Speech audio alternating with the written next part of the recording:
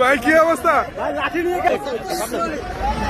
আসছি এই জন্য যে একটু আগে ডালটন সুব্রত হীরা না শুভ্র হীরা ছাত্রলীগের গুন্ডা তো আমার সহ পোস্ট দিচ্ছে, আমার ছবি সহ, যে আমি এবং আমার পরিবার এরা কেউ নিরাপদ থাকবে না। তাই আপনাদের মাধ্যমে বলতেছি, আমি এখন সারা রাত আমার বাংলা মোটর আছি, আর কালকে ফজর থেকে মাগরিব পর্যন্ত থাকবো শাহবাগ।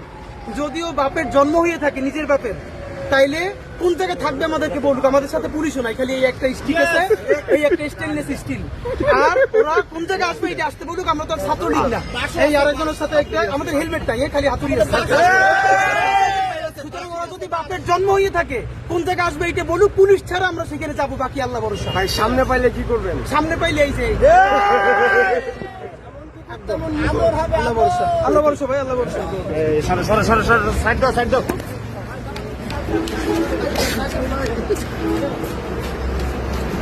এগুলো স্লোগান হবে না না না,